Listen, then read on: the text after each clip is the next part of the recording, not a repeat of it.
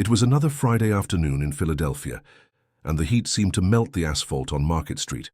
Traffic was backed up for miles, transforming the city center into a labyrinth of metal and frustration. Among impatient honking and overheated engines, Amber Wilson walked with steps already accustomed to the rhythm of the streets. At 12 years old, her bare feet knew every crack in that scorching asphalt, her small, calloused hands firmly holding the candy box secured by a worn string around her neck. "5 for $2, mister. Help a girl out." The phrase automatically escaped her dry lips as she balanced between stopped cars. Some drivers lowered their windows to buy. Others pretended not to see her. Many just shook their heads in refusal, without even looking her in the eyes. Amber no longer cared about rejection. Her goal was simple: collect enough money for her grandmother's medicine, and if anything was left over, maybe buy fresh bread for the next morning's breakfast. Grandma Martha, or Marty, as Amber affectionately called her, was all the girl had left. At 73, with severe arthritis and a persistent cough that wouldn't yield to homemade syrups, the elderly woman struggled to maintain the small apartment where they lived in Fishtown. Her meager pension barely covered rent and basic bills. The medications, those depended on Amber's daily work on the streets. "Grandma, I'll come home early today, I promise." That's what she'd said before leaving home that morning. Grandma Martha just smiled, that tired but proud smile, while adjusting her granddaughter's curly hair into an improvised bun. "Don't forget to drink water, child.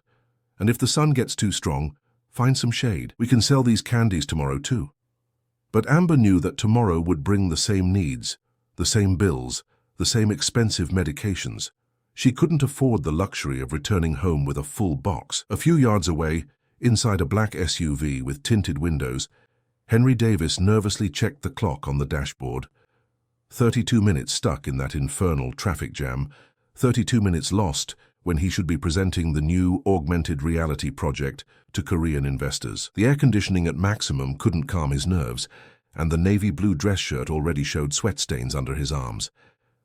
"No, Phil, it can't be rescheduled. They're flying back to Seoul early tomorrow." He spoke on the phone with his business partner, trying to balance the device between his shoulder and ear while checking the notifications that kept coming in on his tablet. "Yes, I have Caleb with me. The babysitter didn't show up, and Caroline is at that conference in New York.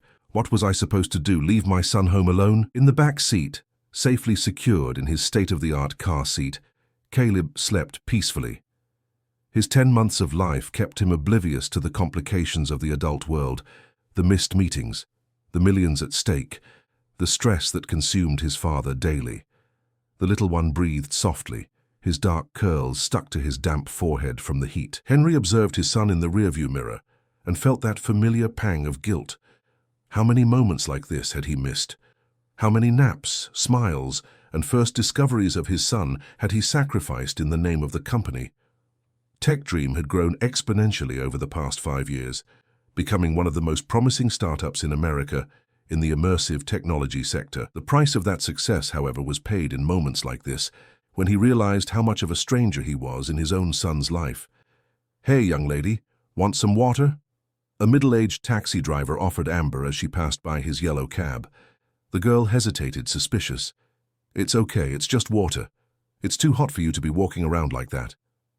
Amber accepted the bottle with a shy nod and drank a few sips before returning it. "Thanks, mister.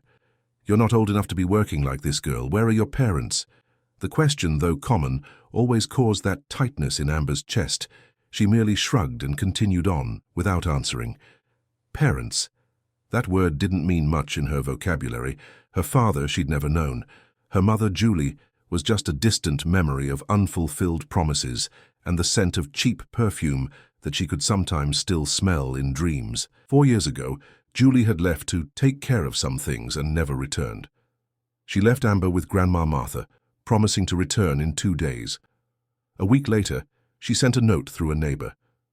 "Take care of the girl for me. I'll be back soon to get both of you." The soon turned into months, then years. The only contact after that was another note, months later, mentioning that she had had another daughter, a baby she had left with someone with means who could raise her better. Amber kept this piece of paper, folded and refolded, in the pocket of her worn-out jean shorts. It was the only proof that she had a sister somewhere, perhaps even in the same city. Sometimes when she passed a younger girl on the streets, she caught herself wondering, could that be her? Do we look alike? The traffic moved a few yards and stopped again. Henry took the opportunity to check some spreadsheets on his tablet. The numbers looked promising, but the Koreans wanted guarantees of returns within 18 months, a time frame he considered too tight. While analyzing the financial projections, a call from Frank interrupted his calculations. "Henry, the guys are getting restless here. We need your presentation. They won't wait much longer." "I'm completely stuck, Frank. What do you want me to do? Abandon the car in the middle of the avenue?" Spotting a mini-market to his left, Henry saw an opportunity. There was an improvised parking spot on the sidewalk. With a quick maneuver, he parked the vehicle, leaving the engine and air conditioning running so Caleb would continue sleeping comfortably. "I'm getting out of the car to talk without interruptions. Give me 5 minutes, and I'll sort this out," he told his partner before hanging up. Henry exited the vehicle, automatically locking it with the remote, and walked a few yards to find a quieter spot. He didn't notice the thin wisp of smoke beginning to escape from under the hood of his car, nor did he see the barefooted girl who was carefully observing the situation, standing a few yards away with her box of candies. What neither of them could imagine was that, in the next few minutes, their lives would intertwine in a way that would forever change the destiny of both. While Henry discussed millions on the phone, and Amber counted coins to buy medicine, fate was preparing its most unexpected move, uniting two worlds that, although separated by just a few miles in the same city, seemed to exist in completely different universes. Amber observed the black SUV with curiosity. There was something different about that car, something beyond the tinted glass and the gleaming wheels that betrayed the owner's financial power. That's when she noticed the smoke. At first, just a thin wisp escaping from under the hood, almost imperceptible in the afternoon heat. But soon the wisp transformed into a small gray cloud, and an acrid smell of burning rubber began to spread through the air. "Sir, your car is smoking," she shouted to a man in the car next to her, who merely raised his electric window without paying attention. She tried to alert a woman in another vehicle, but the sound of the radio drowned out her voice. No one seemed to notice or care about what was happening. That's when she saw the baby. Through the dark glass, she could make out the car seat in the back and the small figure sleeping in it. Her heart raced.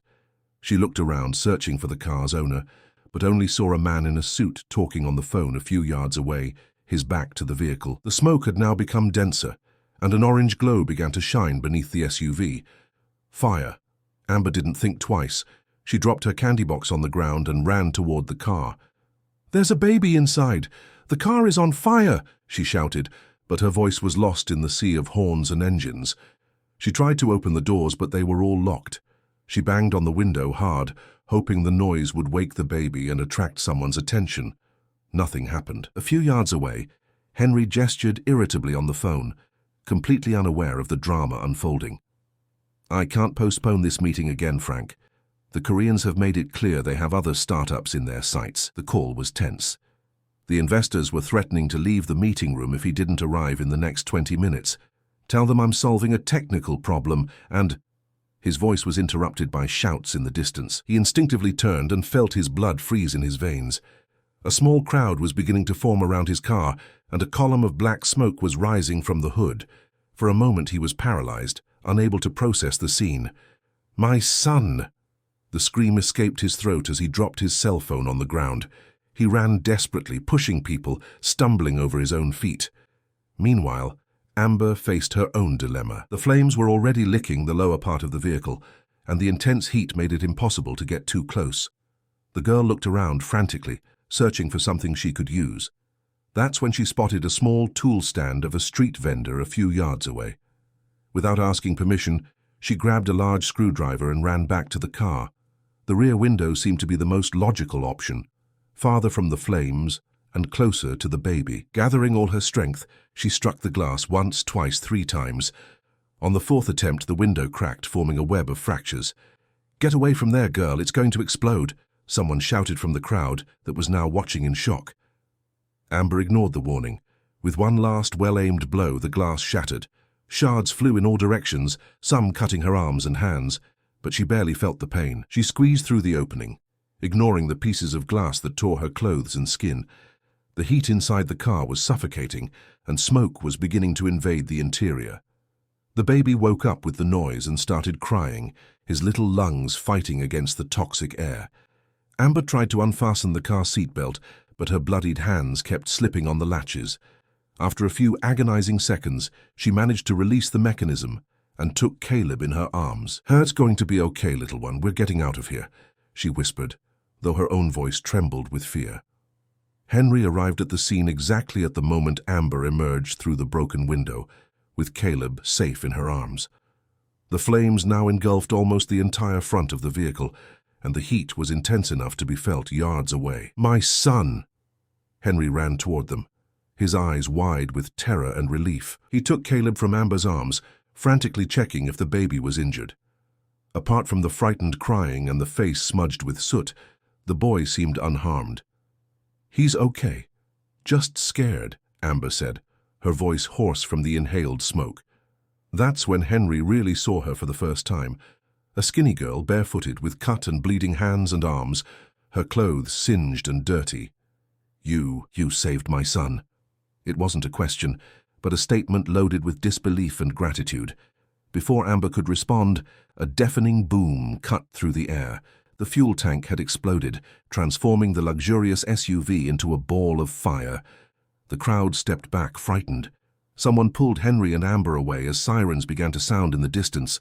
"I need to go," Amber muttered, trying to disentangle herself from the hand of a man holding her shoulder, apparently concerned about her injuries. "Wait," Henry called, still hugging his son, who was now calming down against his chest. "What's your name?" "Amber," she answered simply, and before she could be detained again, she disappeared into the crowd. The following minutes were chaotic. Firefighters arrived, police cordoned off the area, paramedics offered assistance. Henry mechanically answered questions, but his mind was fixed on the image of the girl, Amber, emerging from the flames with his son in her arms. "Your son is very lucky, sir," commented a firefighter while checking Caleb. "If it weren't for that girl—" Henry just nodded, unable to find words that would do justice to what he felt. Meanwhile, Amber walked hurriedly through the streets, moving away from the commotion. Her hands hurt, and small trickles of blood ran down her fingers. More serious than that, however, was the loss of her candy box, her livelihood, the guarantee of her grandmother's medicine. When she finally reached the small apartment where she lived with Grandma Martha, the sun was already beginning to set, painting Philadelphia's sky with orange tones ironically similar to the flames that had almost consumed an innocent life that day. "Good Lord, child, what happened to you?" Grandma Martha exclaimed upon seeing her granddaughter enter, dirty with soot and blood. Amber briefly told what had happened, minimizing the danger she had faced. She didn't mention the explosion, nor the fear she had felt. She just said that a car had caught fire and that she had helped to get a baby out. "And the candies? Where's your box?" the elderly woman asked, already guessing the answer from her granddaughter's downcast look. "I lost everything, Grandma. I'm sorry." Amber's voice was almost a whisper. "Tomorrow I'll wake up earlier and sell twice as much, I promise." Grandma Martha sighed deeply, but showed no anger. She hugged her granddaughter tightly, ignoring the protests of her painful joints. "We can buy more candies, my child. You're priceless." That night, as Grandma Martha cleaned and bandaged her granddaughter's cuts with the few resources they had at home, the local news displayed images of the fire. Someone had filmed the rescue with a cell phone, and the video was already going viral on social media. "Heroic girl saves baby from car in flames" was the headline running from screen to screen. In the luxurious apartment in Rittenhouse Square, Henry watched the same images, cradling Caleb, who had finally fallen asleep after hours of agitation. Caroline, his wife, had rushed back from New York as soon as she heard about the accident. "She risked her own life, Caroline," Henry murmured, watching for the 10th time the scene of Amber breaking the car window. "A child who had nothing to do with us, who lives in a completely different world from ours." Caroline, a respected pediatric surgeon, observed the images with professional eyes, noting the injuries on the girl's hands, the evident malnutrition, the worn clothes. "We need to find her, Henry. Those cuts can get infected if not properly treated." But it wasn't just medical concern that moved Caroline. There was something more, an indefinable feeling that this girl meant something important, something that transcended the heroic act of that day. Henry nodded, determined. I'm going to find her. I'm going to, even if I have to turn Philadelphia upside down. While the Davis couple made plans to locate the young heroine, Amber fell asleep on the thin mattress she shared with her grandmother, her dreams populated by flames and screams, but also by a pair of infant eyes that watched her with absolute trust in the most critical moment. Deep in her tired mind, a certainty was forming. This would not be the last encounter with the man from the black car and his baby. Somehow fate had sealed a connection that went far beyond that dramatic moment amid the fire. The news of the heroic rescue dominated local television news for 2 days. The video recorded by one of the drivers stuck in traffic reached millions of views on social networks. The image of Amber emerging from the smoke with the baby in her arms touched the heart of Philadelphia. The Barefoot Girl, as she was nicknamed, became a symbol of courage and altruism. Everyone wanted to know who she was, where she came from, and why she had disappeared so quickly after the rescue. No one was more determined to find her than Henry Davis. Are you sure you can't get more information about her? Henry asked for the 3rd time to the police officer who had registered the occurrence. They were at the downtown precinct, where Henry had come to give a formal statement about the incident. Mr. Davis, as I've already explained, we only have the first name, Amber. No last name, no address, no documentation. Dozens of girls with that name live in vulnerable situations in the city. The officer disinterestedly flipped through the police report. But I can refer the case to Child Protective Services if you think the minor is at risk. She saved my son. The least I can do is thank her personally and offer help. Those hands were raw. Henry ran his fingers through his hair in a sign of frustration. Sleep had eluded him for the past 2 nights, haunted by the image of the thin, brave girl who had disappeared like smoke. The officer sighed, recognizing the determination in the businessman's eyes. Look, I can't promise anything, but I know a CPS worker who serves the Fishtown area. From what you described, a girl who sells candy, probably lives with an elderly guardian. She might have some information. It was the first thread of hope.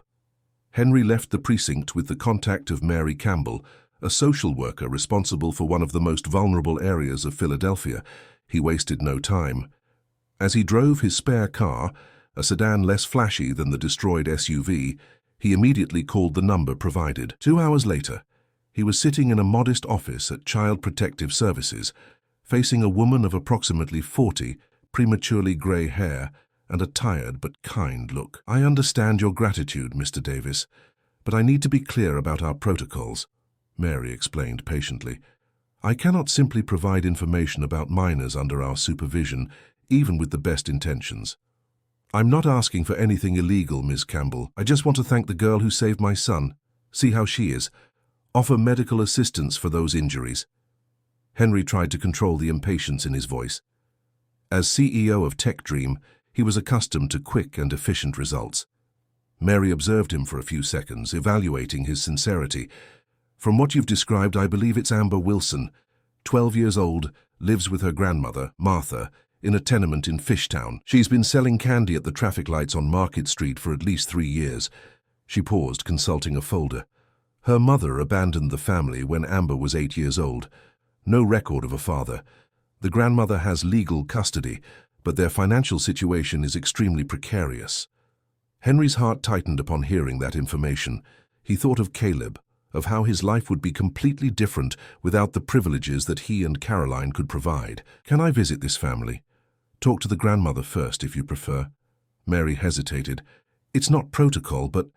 She closed the folder and looked directly into Henry's eyes. I've known Martha for years. She's a dignified lady who does the impossible to raise her granddaughter decently, despite the circumstances. If you promise not to create false expectations, I can take you there. You have my word. An hour later, Henry's luxurious sedan seemed completely out of place on the narrow, potholed streets of Fishtown. Mary guided him through alleys and lanes he'd never imagined exploring, despite living in the same city for almost 4 decades. It's here. She pointed to a 2-story tenement, with peeling paint and clothes hanging on improvised clotheslines. Apartment 7 on the ground floor at the back. The term apartment was too generous for the single room where Amber and Grandma Martha lived. Henry felt a lump in his throat as he entered the cramped space, with a double mattress on the floor, a two-burner stove, a small table with two uneven chairs, and a tiny bathroom separated only by a plastic curtain. Grandma Martha received him with surprising dignity, offering the only bench that seemed to support an adult's weight. Despite the evident arthritis that deformed her fingers, she insisted on preparing coffee on the stove. "Amber went out to sell the candies I managed to buy on credit yesterday," the elderly woman explained as the water slowly boiled. "She was very upset about losing the merchandise, you know. Those candies cost almost all of the week's money." "Ma'am, I came precisely to thank your granddaughter for what she did. She saved my son." Henry felt uncomfortable on the bench, too small for his height. "I want to help you both somehow." Grandma Martha observed him with eyes that, despite her age, maintained remarkable perspicacity. "Many people have appeared here promising help, mister. Reporters wanting a story, politicians wanting a photo, church people wanting to convert." She served the coffee in a chipped mug. "But no one really asks what we need." "And what do you need, Mrs. Martha?" Henry asked sincerely. The answer was interrupted by the creaking of the door. Amber entered, carrying her candy box that was almost empty. Upon seeing Henry, she froze at the entrance, her eyes wide with recognition and suspicion. "Hi, Amber." Henry stood up, unsure of how to proceed. "I came to thank you for what you did. For saving Caleb." The girl remained silent, looking from her grandmother to the unexpected visitor, assessing the situation. "The gentleman came to thank you, child. Aren't you going to say anything?" Grandma Martha encouraged. "How's the baby?" was Amber's first question, her voice low but firm. "He's great, thanks to you." Henry smiled, relieved to break the ice. "My wife is a doctor and examined him thoroughly. Not even a scratch." Amber nodded, satisfied with the information. She left the candy box on the table and showed her grandmother the few coins she had managed to get that day. The movement revealed her hands still bandaged with improvised gauze, stained with dried blood. "Your hands, they need proper medical care," Henry commented, concerned. "I can take you to a hospital right now."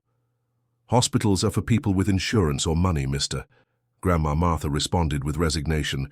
"We make do with the clinic when there's a doctor." The conversation that followed was revealing for Henry. Gradually, Amber opened up, telling how she had spotted the smoke, how no one seemed to notice the danger, how she felt an irresistible impulse to act upon seeing the baby inside the car. There was no calculated heroism in her actions, just instinct and humanity. When he finally managed to convince grandmother and granddaughter to accept a visit to the private hospital where Caroline worked, it was already late afternoon. On the way, he observed in the rearview mirror how Amber looked in wonder out the car window, absorbing details of the city that, despite being the same one where she lived, seemed so different from that perspective. At the hospital, Caroline was waiting for them.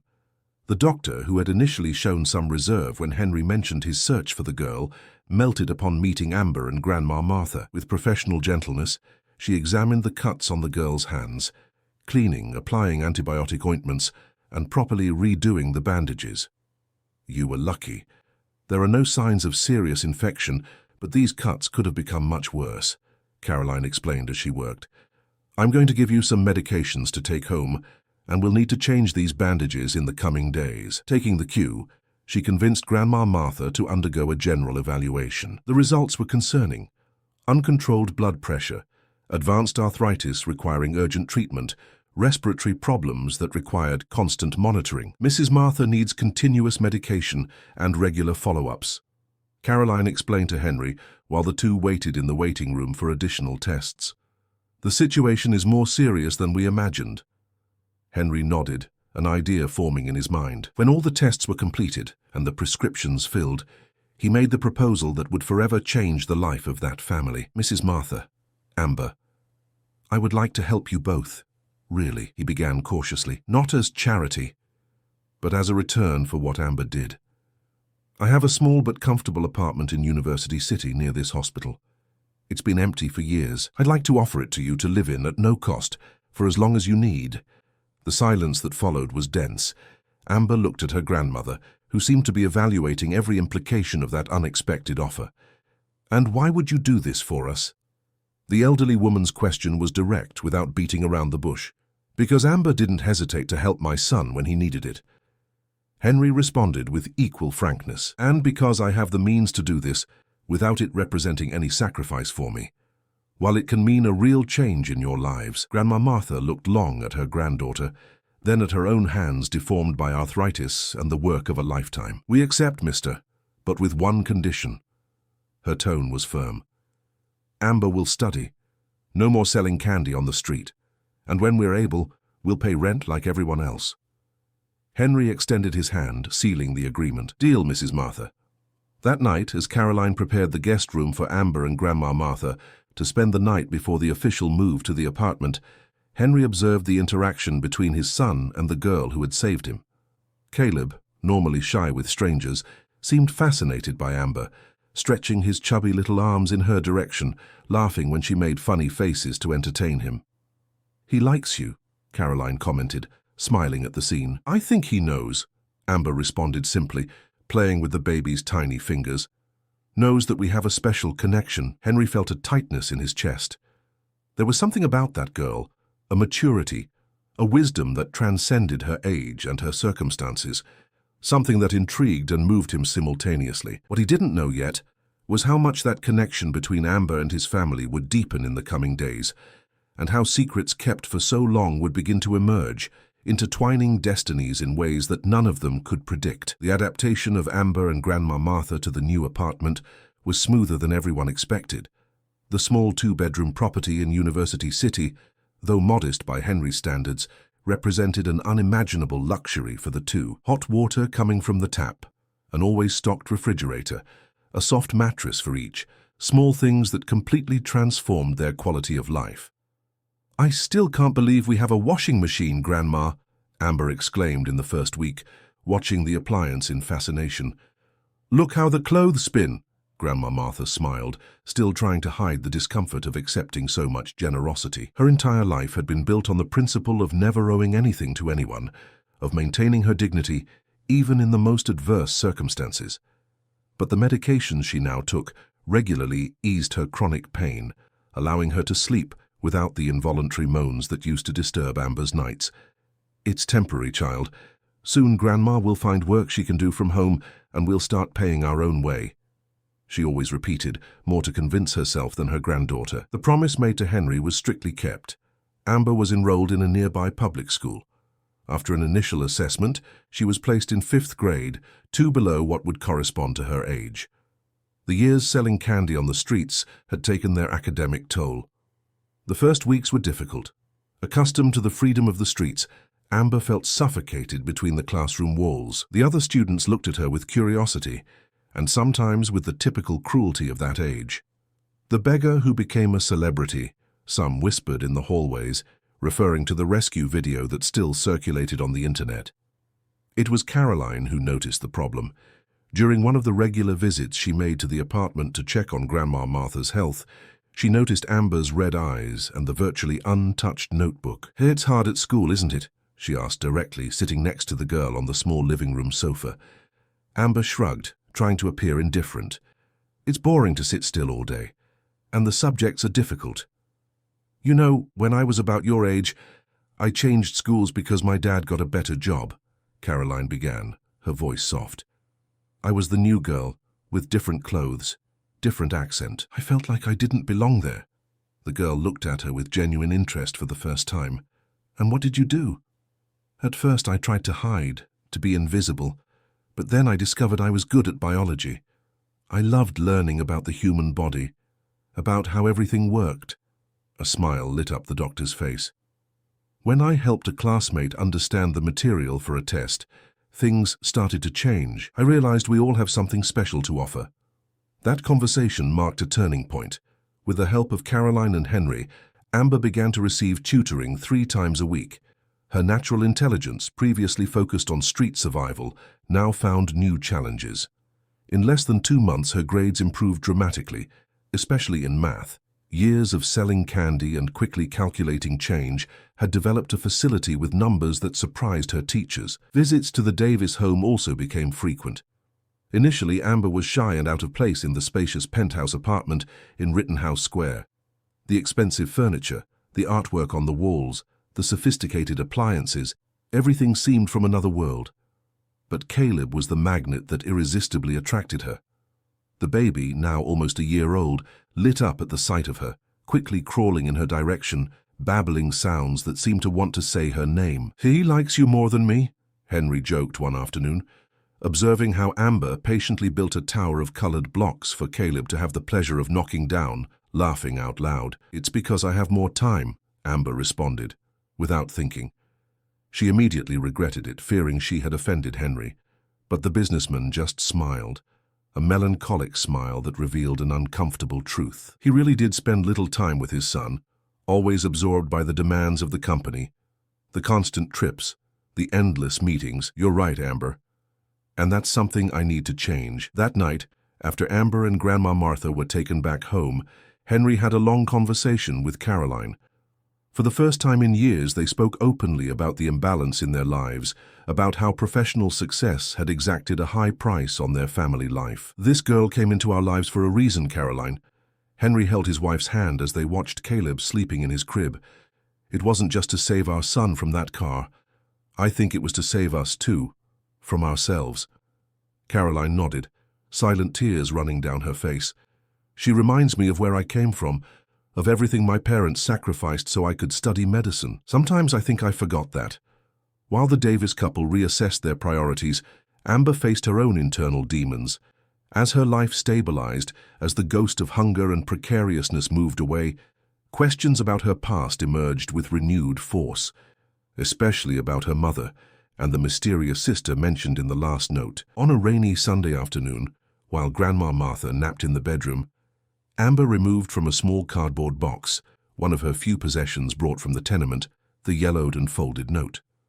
She reread the handwritten words in a hurried handwriting. "Mom, take care of Amber a little longer. I had another girl, a beautiful baby. I left her with someone with means, who will be able to give what we can't. One day, I'll come back for both of you. With love, Julie." The tears came without warning. They weren't of sadness or anger, but of a deep confusion that only now she had the luxury to feel. Why had her mother abandoned her, but kept the other daughter? Why had she chosen to leave them with different people? And where would this sister be now? It was in this emotional state that Henry found her when he arrived for an unscheduled visit. He had brought some books that he thought would interest Amber, based on recent conversations about her classes. "What's wrong?" he asked worriedly, sitting next to her on the sofa. Without words, Amber handed the crumpled note to Henry. He read it in silence, his brow furrowing in concentration. "Your mother had another daughter," he murmured, more to himself than to Amber. "A sister I've never met." Amber's voice was choked. "Sometimes I think she must have a better life than mine. Other times I wonder if she knows I exist." Henry remained silent for a few moments, his analytical mind processing the implications of that revelation. "Do you know when this note arrived? Do you have any idea when your sister was born?" Amber wiped away her tears with the backs of her hands. "It was about 3 years ago, more or less. Grandma says the handwriting is really my mom's, that it was Mrs. Wilson from the grocery store who brought it." "And would you like to find her?" "Your sister?" The question hung in the air, loaded with possibilities and fears. Amber had never verbalized this desire, even to herself. It seemed too distant a dream, too impossible. "I don't know. What if she has a good family now? What if I show up and ruin everything?" Her eyes reflected the internal conflict, but at the same time, "She's my sister, you know? My blood." Something in Henry's expression changed. A flash of determination crossed his gaze. "Amber, if you want, I can try to help find her. I have resources, contacts. I can't promise anything, but I can try." The offer was sincere but cautious. Henry knew he shouldn't create excessive expectations. Finding a child in a city of more than 2 million inhabitants, without a name, without a precise date of birth, only with the vague information that she had been given to someone with means, was practically looking for a needle in a haystack. But the hopeful smile that lit up Amber's face was worth the risk. "You would really do that?" "I would. But we need to talk to your grandmother first and establish some rules. This type of search can bring difficult discoveries, do you understand?" Amber nodded solemnly. "I understand, but I'm strong, Uncle Henry. The street taught me to be strong." That same night, after a delicate conversation with Grandma Martha, who initially resisted the idea, fearing that Julie would reappear and cause more suffering for her granddaughter, Henry began his investigation. He discreetly hired a private investigator, providing the few available pieces of information. Amber's mother's full name, Julie Wilson, the approximate date of the second daughter's birth. The information that the child had been given to someone with financial means. What Henry couldn't imagine was that the answer would be much closer than expected, and that the revelation would shake the foundations of his own social and professional circle. 2 weeks later, the investigator brought the first clues. Julie Wilson had briefly worked as a receptionist at a technology company before disappearing. A company that, coincidentally or not, had business connections with Henry's tech dream. The connection was tenuous but enough to trigger an alert. Henry intensified the investigation, now focusing on the internal records of that specific company. That's when a familiar name emerged in the reports: Frank Lewis, his partner and longtime friend. "It can't be," Henry murmured, looking incredulously at the photo attached to the report. It was an image from a company gathering, dated 4 years ago. In it, Frank smiled next to a young woman whose badge identified her as Julie W. Reception, the same Julie who years later would abandon Amber with her grandmother, the same one who, according to the note, had had another daughter whom she had left with someone with means. The pieces were beginning to fit together in a disturbing way. Frank was a single father of a 3-year-old girl, Madison, affectionately called Maddie. He had always explained the absence of the child's mother as the result of a brief relationship with an employee who had decided to go another way after the birth. Henry felt himself on quicksand. The possibility that Maddie was Amber's lost sister was simultaneously astounding and logical. But confirming this suspicion would mean opening a Pandora's box that would affect many lives, including that of an innocent child who was growing up happy and loved, completely unaware of her possible origin. For days, Henry debated internally about what to do with that information. Share it with Amber immediately? Confront Frank first? Seek more evidence before any action? The answer came unexpectedly, during a business dinner at Frank's house. Henry and Caroline had been invited to discuss the details of Tech Dream's expansion to the Asian market. While they talked in the living room, Maddie played quietly with her toys. That's when Henry noticed something he had never perceived before: a small birthmark behind Maddie's right ear, a dark spot in the shape of a half-moon, exactly the same as Amber had, and that he had only noticed recently, when the girl had tied up her hair to proudly show her school report card with excellent grades. At that moment, all doubts dissipated. The girls weren't just half-sisters, they were blood sisters, daughters of the same father and the same mother. And Frank, his friend and partner of so many years, probably had no idea of this. The discovery about Maddie and Amber profoundly disturbed Henry's sleep in the following nights. The businessman, accustomed to making quick and assertive decisions in the corporate world, found himself paralyzed by the human complexity of that situation.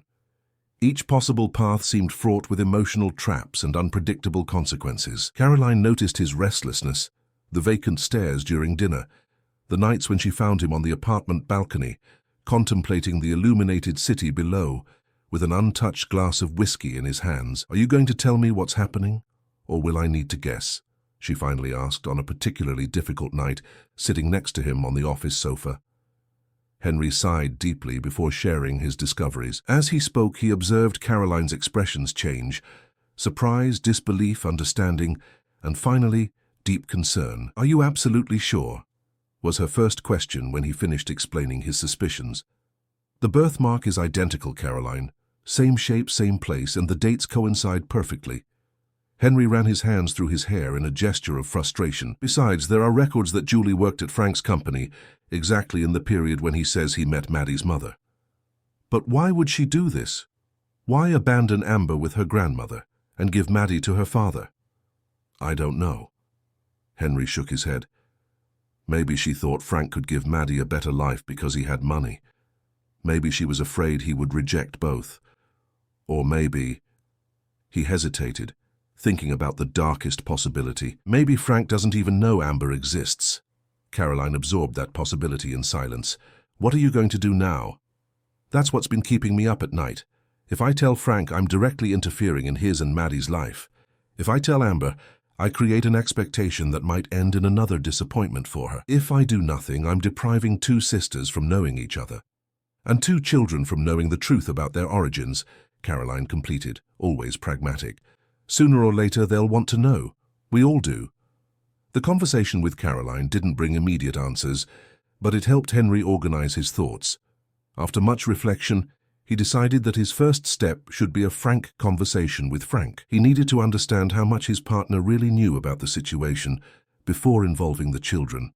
He scheduled a private lunch, just the two of them, at a discreet restaurant in Old City. The choice wasn't accidental. He needed a neutral environment, away from the offices where they could be interrupted or overheard by employees. "Seems serious," Frank commented as soon as they sat down, noticing his friend's grave expression. "Problems with the Korean investors?" "It's not about business, Frank." Henry took a deep breath, searching for the right words. "It's about something personal. About Maddie, actually." The mention of his daughter immediately altered Frank's posture. His shoulders stiffened, his expression became alert. "What about Maddie?" "I need to ask you something, and I ask that you answer with complete honesty." Henry kept his gaze fixed on his friend. "What exactly happened between you and her mother, Julie Wilson?" Frank visibly paled. "How do you know her full name? I never mentioned that to anyone. Please, just answer. It's important."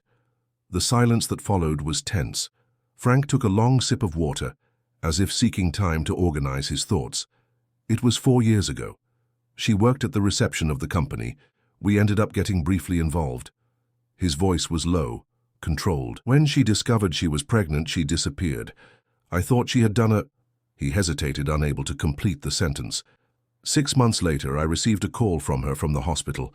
She had just given birth and wanted me to meet the baby. When I arrived there, I found Maddie in the arms of a nurse and a note from Julie saying she didn't have the emotional or financial conditions to raise a child, that she knew I could give our daughter a better future. "And you never heard from her again?" "Never." Frank seemed genuinely disturbed by the memory. "I hired detectives, tried to locate relatives, but it was as if she had disappeared into thin air. Why? Have you found Julie?" Henry chose his next words with extreme care. "Not exactly, but I found someone connected to her. Frank, Julie had another daughter, a girl 4 years older than Maddie, who stayed with her grandmother when she disappeared." The information fell like a bomb. Frank remained paralyzed, the color completely abandoning his face. "What? No, that's not possible. She never mentioned another daughter. Never." "I believe it's true. And there's more." Henry hesitated, knowing that his next words would irrevocably change his friend's life. "I have reasons to believe that this girl, Amber, is also your biological daughter." The shock on Frank's face was indescribable, a mixture of disbelief, confusion, and something that seemed almost like fear. "My daughter? How would that be possible? I never met Julie before she worked at the company." "Are you absolutely sure about that, Frank?" The direct question made Frank stop, his gaze wandering to some distant point, as if he were searching buried memories. There was a party, almost 5 years before Maddie was born, a technology sector event in New York." He spoke slowly, remembering. "I met a woman there. We spent the weekend together. I never knew her full last name, only that her name was Julie and she was from Philadelphia. And when she appeared to work at your company years later, I didn't recognize her immediately. It was she who mentioned the encounter, weeks after being hired." Frank ran his hands over his face, visibly shaken.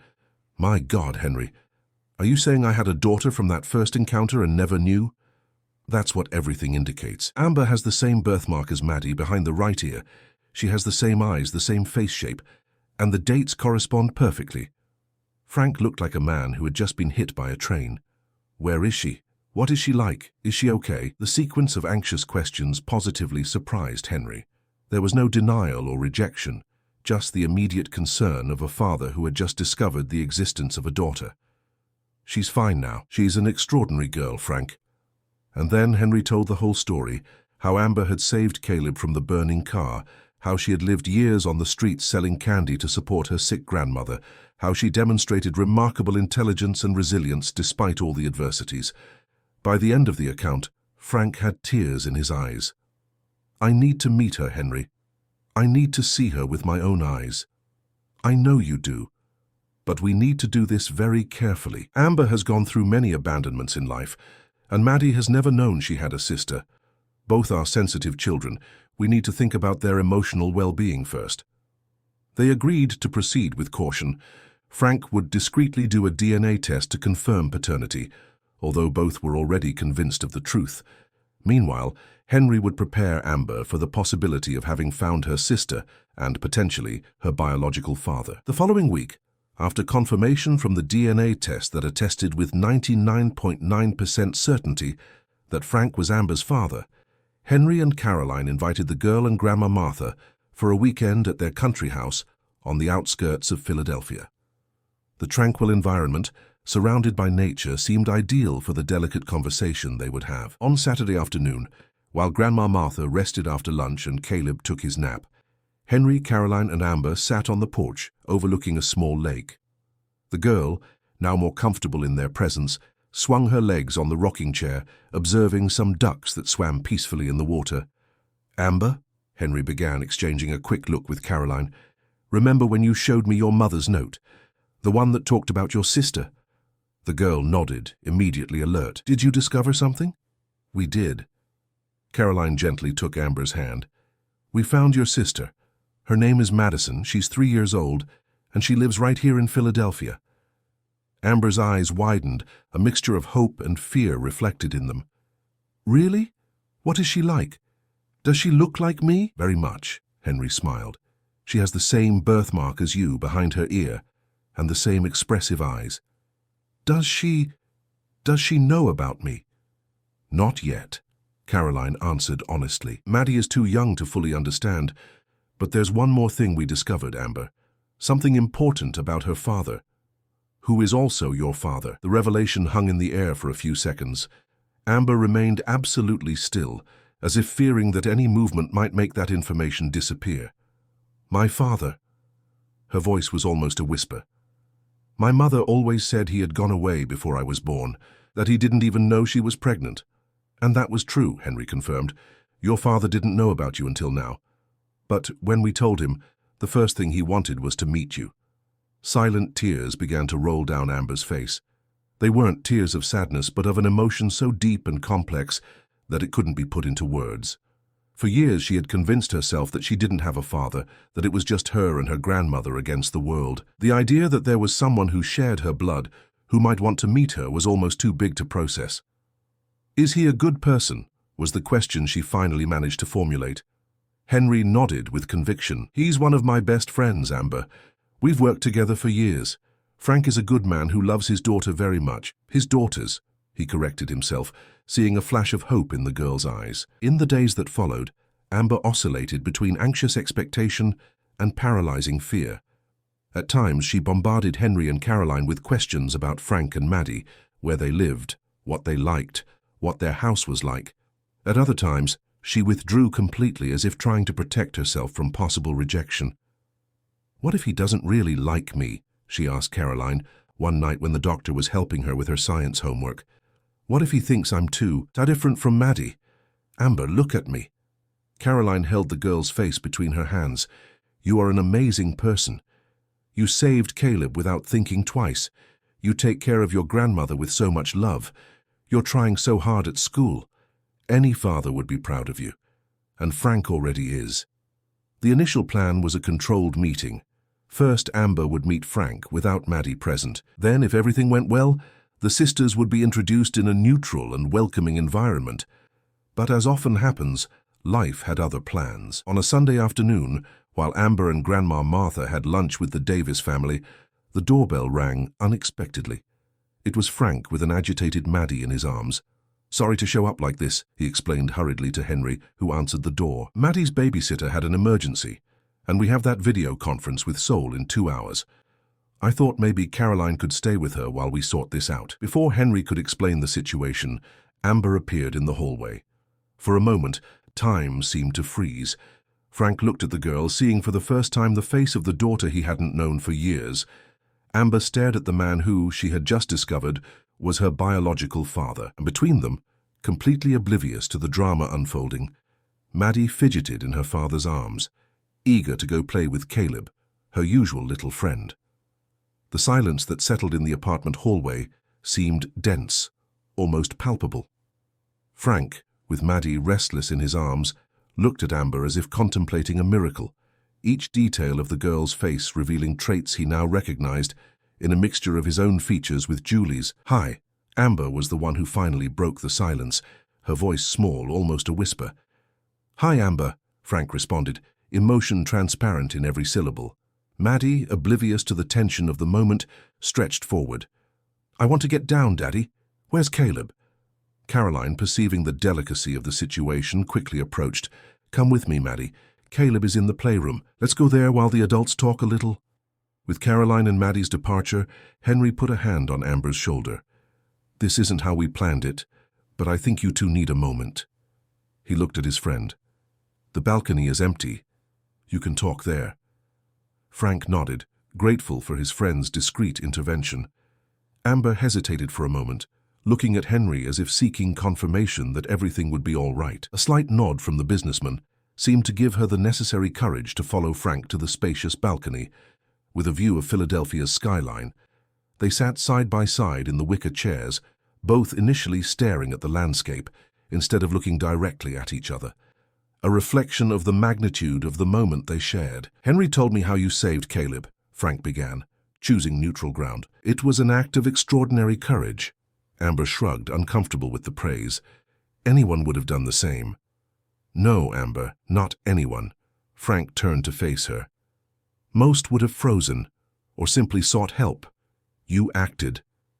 That says a lot about who you are." The girl finally looked at him, studying his face as if looking for something familiar, some connection she could feel. "Why did you never look for me before?" The question came direct, without beating around the bush, carrying the weight of years of absence. Frank took a deep breath, preparing himself for the most important conversation of his life. "Because I didn't know you existed, Amber. Your mother never told me about you." In a calm and careful voice, he explained to Amber the brief encounter with Julie years before, how he had never known the outcome of that weekend, how he had been surprised to meet her again years later working at his company, and how he had never imagined they already had a daughter. "When Maddie was born and Julie left her with me, she didn't mention you. If I had known—" His voice failed. "If I had known I had another daughter, I would have moved heaven and earth to find her." Amber absorbed those words in silence, her gaze fixed on her own hands. "My mother used to say my father didn't want to know about me. She lied, Amber. And I'll never understand why she did that." Frank hesitated before continuing. "I lost years of your life that I'll never recover. I wasn't there when you took your first steps, when you said your first words, when you started school. I couldn't protect you from the hardships you faced, and for that I ask your forgiveness, even knowing I wasn't at fault." The tears that Amber was trying to hold back finally escaped. "I always imagined what it would be like to have a father. On the hardest nights when Grandma was very sick and I was afraid of being alone in the world, I made up that my father was a superhero who would come for me one day." That innocent confession broke something inside Frank. He slowly extended his hand, giving time for Amber to back away if she wanted. When she didn't move away, he gently touched her face, drying a tear with his thumb. "I'm not a superhero, Amber. I'm just an ordinary man who just discovered he has the bravest daughter in the world. And if you give me a chance, I promise you'll never feel alone again." In the other room of the apartment, Caroline watched Maddie and Caleb playing, while trying to explain to Grandma Martha what was happening on the balcony. "Are you okay with this?" she asked worriedly, noticing the distant expression of the elderly woman. "I'm trying to be, Doctor." Grandma Martha sighed deeply. "I raised that girl since she was a baby. When Julie disappeared, I swore nothing bad would happen to Amber as long as I lived. Now this man appears, rich, educated, saying he's her father. I'm afraid." "Afraid of what exactly?" "Of losing my granddaughter, of her not needing me anymore." The sincerity of that confession was moving. Caroline gently squeezed the elderly woman's hand. "Mrs. Martha, no one will ever take your place in Amber's life. You are her rock, the constant that never failed. Frank doesn't want to replace you. He just wants to be part of the life of the daughter he didn't know." In the improvised playground in the corner of the room, Maddie approached curiously to ask about Caleb and the big girl who was talking with her father on the balcony. With the innocence typical of her 3 years, she pulled on Caroline's sleeve. "Aunt Caroline, "Who is that lady talking to my daddy?" Caroline exchanged a quick look with Henry, who had just entered the room. How to explain something so complex to such a young child? It was Henry who crouched down to Maddie's level, with the simplicity that children appreciate. "Remember how you have a mommy who lives far away? Well, that lady Amber also has the same mommy as you. That makes you two sisters." Maddie's eyes widened in delighted surprise. "I have a big sister." "For real?" "Yes, an older sister. She didn't know you existed, and you didn't know she existed, but now you can meet each other." Maddie absorbed the information with the surprising adaptability of children. Without hesitation, she ran towards the balcony, ignoring Caroline's calls, trying to contain her. The little one opened the glass door and stopped in front of Amber and Frank, interrupting the emotional conversation. "Are you my sister?" she asked directly, with the innocence of someone who doesn't yet know the complexities of the adult world. Amber, caught by surprise, looked at Frank, as if asking for guidance on how to respond. He nodded slightly, a small smile on his lips. "Yes, I am." Amber finally answered, her voice trembling with emotion. "My name is Amber." "I'm Maddie." The little one approached, observing Amber with curiosity. "You're very tall. How old are you?" 12? "I'm 3. Maddie proudly held up 3 little fingers. "Are you going to live in our house now?" The innocent question created a moment of tension. Frank realized there was still a long road ahead, difficult conversations, arrangements to be made, feelings to be carefully managed. "Maddie, Amber lives with her grandmother, Mrs. Martha, who has taken care of her since she was a baby," he explained patiently. "But yes, she will be part of our family now. We'll see each other very, very often." The months that followed were of adjustments and discoveries. The initial visits evolved into alternate weekends, where Amber stayed at Frank's house, getting to know her father and strengthening the bond with her sister. Maddie quickly became attached to her older sister, following her like an enthusiastic shadow, full of questions and admiration. Grandma Martha, initially fearful, was gradually reassured upon seeing that Frank had no intention of distancing her from her granddaughter. On the contrary, the businessman made a point of including her in all plans, recognizing the fundamental role she had played in Amber's life. Over time, a relationship of mutual respect began to blossom between them. The apartment that Henry had provided to Amber and Grandma Martha continued to be their main home. Frank offered to buy a larger property for them, but the elderly woman politely refused, preferring to maintain independence. As a compromise, he took on all of Grandma Martha's medical expenses and established an account to ensure they would never go through hardship again. For Amber, the most profound transformation wasn't material, but emotional. The girl who had grown up believing she had been rejected by her father now discovered not only that this was a lie, but that she had a much larger family than she had ever imagined, a loving father, an adorable sister, and friends like the Davises who had become practically an extension of her family. School, which had initially been a challenge, became a space for growth. With the support of tutors hired by Frank and Caroline's patient guidance, Amber not only reached the appropriate level for her age, but began to stand out, especially in mathematics and science. Her history of life on the streets, which before was a source of shame, transformed into a source of resilience and wisdom that impressed teachers and classmates. On a sunny Sunday, 6 months after that unexpected encounter in the hallway of the Davis apartment, a special celebration was organized at Henry and Caroline's country house. It was Amber's 13th birthday, the first she celebrated with a real party, with cake, presents, and people who really cared about her. Frank had prepared a special surprise. After consulting with Grandma Martha and ensuring her approval, he presented Amber with official documents of paternity recognition, legally formalizing what their hearts already knew. "This doesn't change anything in practice," he explained, as Amber examined the papers with teary eyes. "You continue living with your grandmother, maintaining the routine we've built over the last few months. But now it's official. You are Amber Wilson Lewis, my daughter in the eyes of the law, as you've always been in the eyes of the heart." While the party proceeded in the garden, with Maddie running after Caleb amid laughter and the adults conversing in small groups, Henry found a moment to be alone with Amber. "Happy?" he asked simply, observing how the girl he had met selling candy on the streets now seemed to flourish, taller, healthier, with a sparkle in her eyes that only security and love could provide. Very. She smiled, a genuine smile that illuminated her entire face. Sometimes it seems like I'll wake up and discover it was all a dream. It's not a dream, Amber. You built this. Your courage that day, saving Caleb, opened doors that seemed impossible. The girl was thoughtful for a moment. You know what's strangest, Uncle Henry? If the car hadn't caught fire, if I hadn't seen Caleb in there, we would never have met. I would never have found my father, nor would I know I have a sister. Some call it destiny, others coincidence. Henry smiled. I prefer to believe that good people attract good things, even in the most difficult moments. From across the garden, Frank observed his eldest daughter with a mixture of pride and regret. Pride for the extraordinary human being she was becoming, regret for the lost years they would never recover. Next to him, Caroline followed his gaze. She has a lot of you, the doctor commented. The same determination, the same ability to focus on what really matters. And a lot of her mother, too, Frank acknowledged without bitterness. The courage, the resilience. Despite everything, I can't hate Julie. She gave us 2 incredible daughters. Have you thought about looking for her, to understand why she did what she did? Frank shook his head. If she wants to appear someday, we'll deal with that. But our priority now is the girls and their well-being. The past can wait.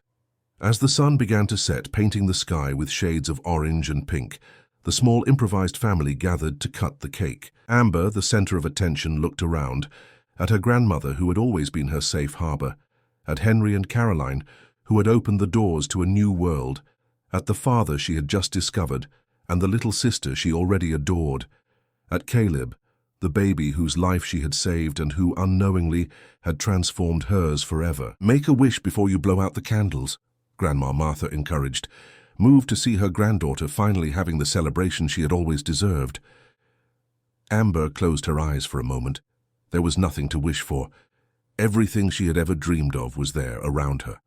Instead, she made a silent promise to herself, to honor this second chance, this new family, this unexpected fresh start. When she opened her eyes and blew out the 13 candles, it wasn't just another year of life she was celebrating, but the beginning of an entirely new journey, one in which her past on the streets wouldn't define her future, but would strengthen her character, one in which blood ties finally united with bonds of love, one in which the barefoot girl who sold candy at traffic lights now walked firmly toward infinite possibilities. And on that perfect afternoon, as she hugged Maddie, who jumped enthusiastically asking for the first piece of cake, Amber knew, with the certainty that only the heart provides, that she had finally found her place in the world, not on the streets of Philadelphia, nor in the luxurious apartment of the Davises, not even in Frank's comfortable house, but in the unconditional love of those who now formed her extended family, imperfect and wonderful.